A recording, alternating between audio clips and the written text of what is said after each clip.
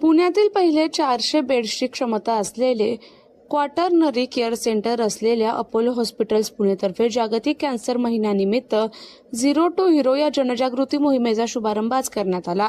कॅन्सरचे अगदी पहिल्या टप्प्यात निदान झाल्यास रुग्णाचे प्राण वाचू शकतात हा संदेश जनसामान्यांपर्यंत पोहोचवण्यासाठी ही मोहीम राबवली जाते.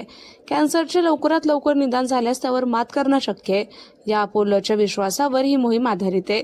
कॅन्सर तपासणी, स्क्रीनिंग, प्रतिबंधासाठी उपाययोजना आणि वेळेत उपचार यांचे महत्त्व अधोरेखित करण्यासाठी या उपक्रमात नामवंत तज्ज्ञ डॉक्टर, कॅन्सरवर मात केलेले नागरिक आणि आरोग्य क्षेत्रातील मान्यवर एकत्र आलेत. अपोलो हॉस्पिटल पुणे येथील ऑन्कोलॉजी सेंटर ऑफ एक्सलन्समध्ये अत्याधुनिक तंत्रज्ञान आणि विविध शाखांचे तज्ज्ञ उपलब्ध आहेत.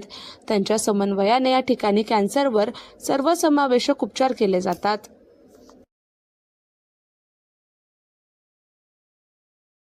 डॉक्टर विदिताने जसं सांगितलं आहे, कॅन्सर अवेअरनेससाठी मोस्ट इम्पॉर्टंट असतं दॅट प्रत्येकाने स्क्रीनिंग टेस्टबद्दल माहिती केली पाहिजे. काय काय स्क्रीनिंग टेस्ट असतं आणि कधी कधी हे करायचं आहे. तो स्क्रीनिंग टेस्ट का मतलब क्या है कि जो कुछ भी लक्षण तैयार होने के पहले हमने ये टेस्ट करना चाहिए. आपके स्तन में गांठ नहीं है, आपके पेट में प्रॉब्लम नहीं है, आपको कुछ तकलीफ नहीं हो रही है, फिर भी आप समय समय पे जाके ये टेस्ट करवाते हैं. क्योंकि अगर आपने ये समय समय पे ये टेस्ट करवाए तो प्री कैंसरस स्टेज में अगर कोई गांठ, अगर कोई लक्षण समझ में आता है तो उसका हम उपचार अर्ली स्टेज में कर सकते हैं. और उसके बाद जैसे आप अभी देख रहे हैं हमारे पेशेंट्स के साथ, उनको आगे जाके कोई बड़ी ट्रीटमेंट की ज़रूरत नहीं होती है, वो कभी पूरी तरह से कैंसर फ्री होते हैं.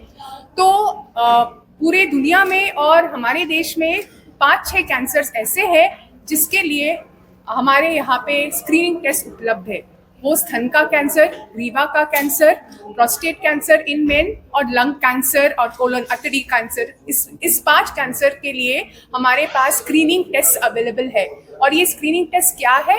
लंग कैंसर के लिए लो डोज सीटी स्कैन बोलते हैं. प्रोस्टेट कैंसर के लिए प्रोस्टेट स्पेसिफिक एंटीजन जो कि एक स्पेशल टाइप का ब्लड टेस्ट रहता है. रीवा के कैंसर के लिए पैप स्मीयर और HPV DNA. HPV DNA बहुत इंपॉर्टेंट है क्योंकि HPV DNA सर्वाइकल कैंसर का एक बहुत इंपॉर्टेंट कारण है. और आज हमारे पास इस वायरस के अगेंस्ट वैक्सीनेशन अवेलेबल है. तो 9 से 16 साल की यंग लड़की लेडीज़ को या बच्चियों को ये वैक्सीनेशन देना बहुत ज़रूरी है.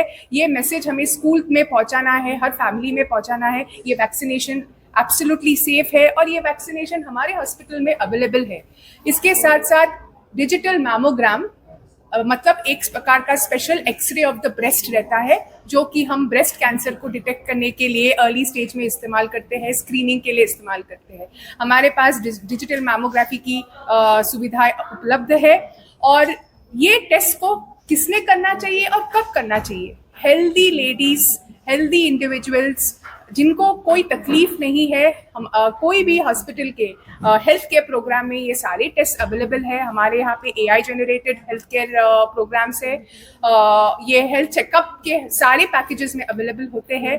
और ये टेस्ट फ्रीक्वेंट इंटरवल्स में करना चाहिए, स्पेशली 40 या 50 की उम्र के बाद. जैसे मैंने बताया, Ziro is the moment you diagnose the cancer, that is the zero stage. Or hero is the people who have fought the cancer and come out of the cancer with a lot of bravery. इसलिए ये जो हमने campaign run किया है Apollo hospitals ने, it is a zero to hero. और एक cancer taste जो हम कर सकते हैं अगर हमारे फैमिलीज में कैंसर है, there is something called genetic counselling, genetic testing. So अगर हमारे मदर्स को सोचो CA ब्रेस्ट है, कैंसर ऑफ द ब्रेस्ट है, तो अगर जेनेटिक रह सकता है एट द एज ऑफ 25 में भी मेरा ब्लड टेस्ट करके आई कैन नो कि वेदर मेरा आगे जाके 10 साल के बाद चांसेस ऑफ कैंसर 70% है, 80% है. सो अकॉर्डिंगली मैं अपना ट्रीटमेंट कर सकती हूँ, अकॉर्डिंगली मैं अपना हेल्थ अपने हाथ में ले सकती हूँ और हम आगे बढ़ सकते हैं. किमो म्हणजे अँटी कॅन्सर ड्रग्सला आपण किमोथेरपी म्हणतो. ठीक आहे. हे अँटी कॅन्सर ड्रग्ज आपण IV फॉर्ममध्ये देऊ शकतो आणि टॅबलेट फॉर्ममध्ये देऊ शकतो. ठीक आहे. ह्याच्या व्यतिरिक्त कॅन्सरच्या विरोधात लढण्यासाठी आपल्याकडे अजून 2 वेगळे उपाय असतात. एक म्हणजे टार्गेटेड थेरपी, जी मोस्टली दोन्ही फॉर्ममध्ये तेही अवेलेबल आहे. IV फॉर्ममध्ये ही काही टार्गेटेड थेरपीज आहेत आणि ओरल फॉर्ममध्येही आहे. तर दोघांमध्ये डिफरन्स काही आहे. तर किमो हे आपल्या शरीरातले जे कॅन्सर सेल्स आहेत किंवा दूषित सेल्स आहेत, दूषित पेशी ज्या आहेत त्याच्यावरती प्रहार करतं.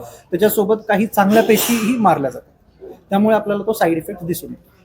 टार्गेटेड थेरपी हे एक्झॅक्टली फक्त कॅन्सर सेलच्या विरोधात लढतं. त्यामुळे जे बाकीच्या पेशींवरती साईड इफेक्ट्स होतात ते आपल्याला कमी दिसून येतात. याच्या व्यतिरिक्तही अजून एक ट्रीटमेंट आहे ती म्हणजे इम्युनोथेरपी.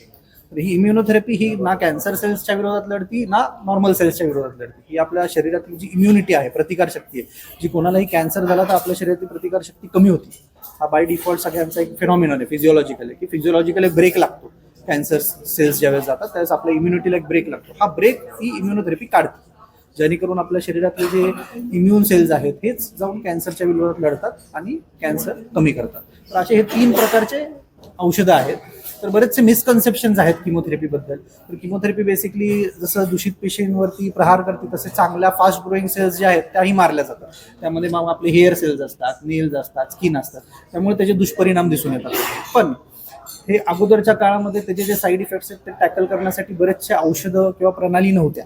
पण आता कसं आहे की जे वॉमिटिंग अगोदर ज्या प्रमाणात व्हायचं 15-20 वर्षापूर्वी ते आता फार कमी प्रमाणात होतं. बरेचसे अँटी वॉमिटिंग ड्रग्ज आलेले आहेत, ज्यामध्ये अगदी एक टॅबलेट आली आहे त्यामध्ये 3 ड्रग एकत्र देतो आपण, शॉर्ट टर्म आणि लॉंग टर्म दोन्ही वॉमिटिंग थांबवलं जातं.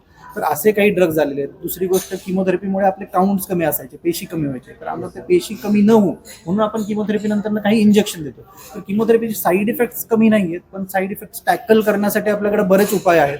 त्यामुळे आता किमोथेरपीला लोक बरेचसे तयार होतात आणि बरेच अगदी वयोगटात 70-75लाही आम्ही आरामात डोजेस आणि ह्या सगळ्या गोष्टी हे करून किमो देत असतो.